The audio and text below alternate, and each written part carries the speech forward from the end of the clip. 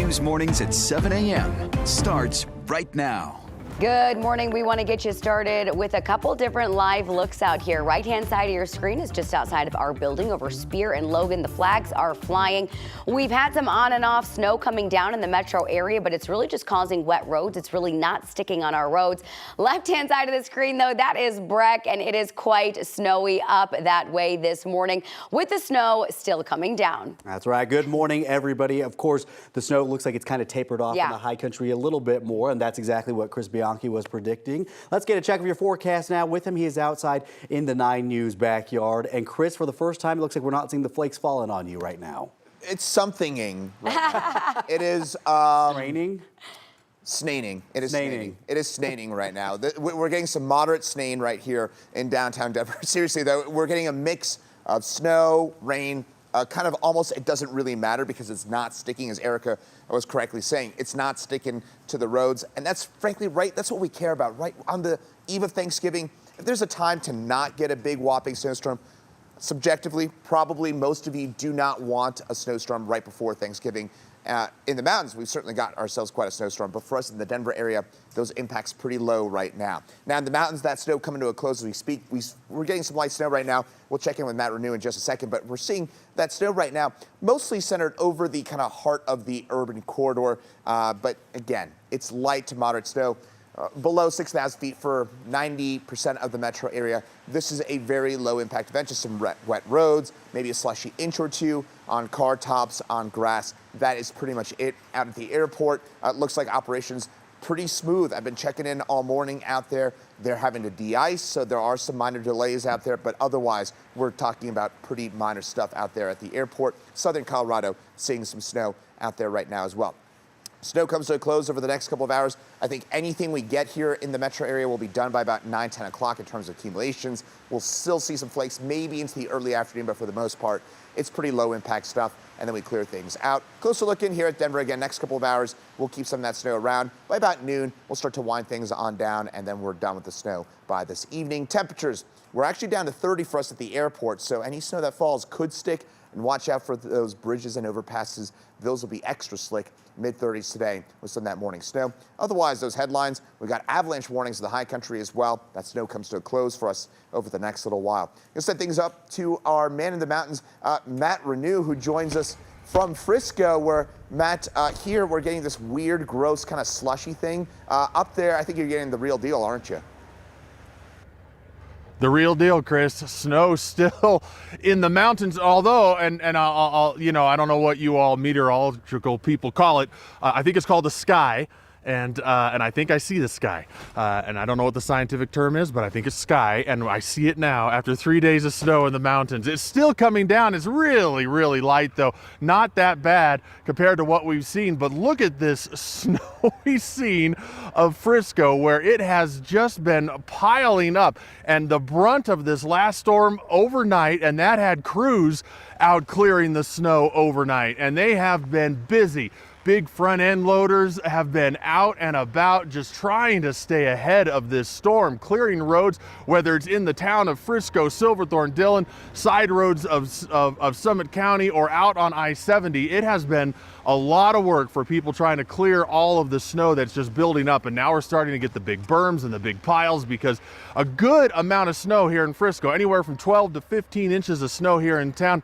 Ski area is doing even better, with Copper Mountain and Breckenridge seeing anywhere from 20 to 18 inches of snow out of this snowstorm. And so they're doing really well. And that's just in the past 24 hours. Just yesterday, I was talking about how Copper on the season for just November has seen 61 inches of snow. I looked today, they're up to 81 inches, so getting close to 7 feet for the month. And so it has been a pretty strong cycle of snow in November. And now on a busy travel day, we've got more snow. If you're coming in or out of the mountains, it's going to take some time. You're going to want to slow down. These roads are snow-packed, and they are icy and slick underneath. And so take it easy, go slow, enjoy your Thanksgiving, and then look at the snow piles here in Frisco. These are some, I don't know what this is. We're going to go look.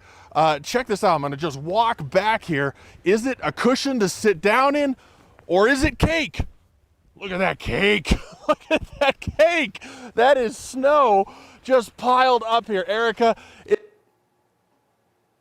it looks like cake for sure. a snow cake. I think. Doesn't it? Just delicious. Just delicious. So anyways, reporting Frisco, I'm Matt Renew, 9 News. You are covered in snow now. Matt, you're like a kid in a candy shop this morning. You're having so much fun. Also, keep in mind, Matt is a giant. I He is love really this tall. stuff. Right. Like, we so would disappear in if this Jordan snow. and Love I were out there, Matt, we would be buried, I think. You gotta just stick your face in it. Why Yep. not? Oh, I love it. Why Matt, not? Just don't eat yellow snow, Matt. Yeah, Just don't eat yellow no snow. yellow snow. That's horrible sounding. Not even for Thanksgiving. No, thank you. Now go defrost a little, Matt. We'll see you in a little bit. We want to talk about the drive right now. A live look this morning from our CDOT cameras, just kind of showing you what things are looking like across our area. So top 2 cameras. Left-hand side, I-70 in the Genesee area. Right-hand side, I-70 in the Vail area, looking very different. We're seeing blacktop in Genesee. We're snow-covered in the Vail area. Bottom 2 cameras, I-25 in Meade is on the left-hand side, and it looks relatively quiet. That snow was coming down in that area earlier. Some accumulation on the grassy areas, but the interstate mostly clear.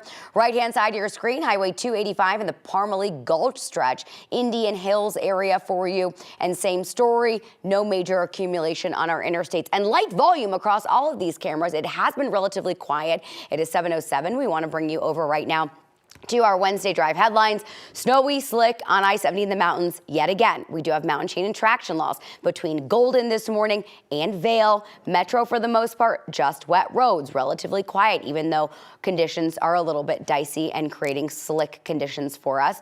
We do have a stalled vehicle westbound I-70. It's between Lookout Mountain and Genesee, blocking a right lane. Then in the mountains this morning, we've got that closure of Loveland Pass between A-Basin and I-70, but I-70 is open. Again, give yourself plenty of extra travel time this morning. With temperatures possibly dipping into the teens, Denver will be activating its cold weather shelters from 1 this afternoon to 11 o'clock next Monday morning. The city will provide 24/7 shelter to those who need it at the Stone Creek shelter off of Quebec Street. That's the former Best Western Hotel, and at city facilities off West 7th Avenue and South Zuni Street. We will keep a close eye on this winter storm as it continues to develop. You can stay up to date with the latest forecast and any potential impacts with our free 9 News app. You can also stream us at home or on the go with 9 News Plus. All right, Erica, thank you. New this morning, Colorado Springs City Council just approved a new zoning ordinance dictating where natural medicine centers will be allowed to operate in the city. These psychedelic treatment facilities will only be able to operate within these red circles you see here on the map, at least a mile away from schools, daycare facilities, and drug treatment centers. The debate over where they could set up shop boiled down to access versus safety. Lane Malone is a combat veteran, and he says that psychedelic treatment saved his life after he came back with PTSD. We have so many veterans, and this is a big military community, and having it, right next door or within the confines of the city is going to allow for greater accessibility. And psychedelics are legal statewide, but cities and local communities get to decide where treatment centers can go. Yesterday's vote surrounding the facilities was just the first one. The second's going to happen next month. The federal government is suing a group that built a fence on national forest land in southwest Colorado and claimed it as their own.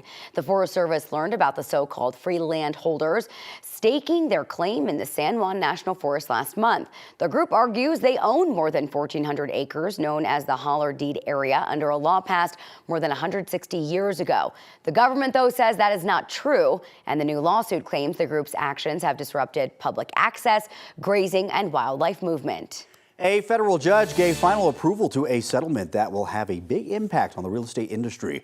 Groups of home sellers brought lawsuits against the National Association of Realtors for its standard commission structure, saying that it was a violation of antitrust laws. The real estate trade group reached a deal to settle back in March, and a judge finally approved that this week. The $418 million settlement also includes rule changes related to agent commissions, which took effect in August. A new study shows a majority of social media influencers do not verify information before sharing it online.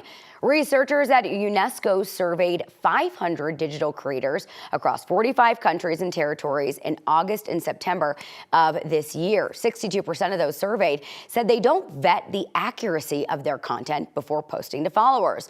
4 in 10 influencers said they evaluate credibility based on the numbers of likes and views that their videos videos or whatnot receive online. Researchers say the findings validate ongoing concerns about social media personalities spreading misinformation.